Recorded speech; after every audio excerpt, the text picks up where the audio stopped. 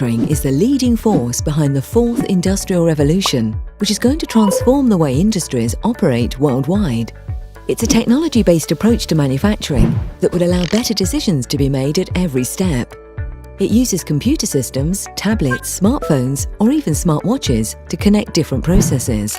Through the use of groundbreaking technologies such as robotics, 3D printing, and informatics, companies can improve their processes and radically change their business models.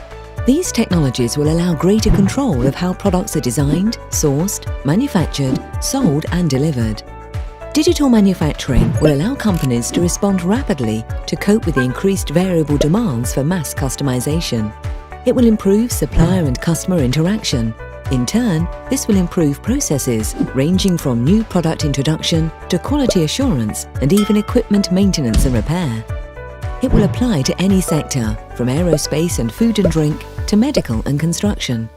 It will create more digital assets for a company, and the value of these will rapidly increase in importance. Digital manufacturing will increase competitiveness, productivity and profits, while creating new jobs to drive innovation.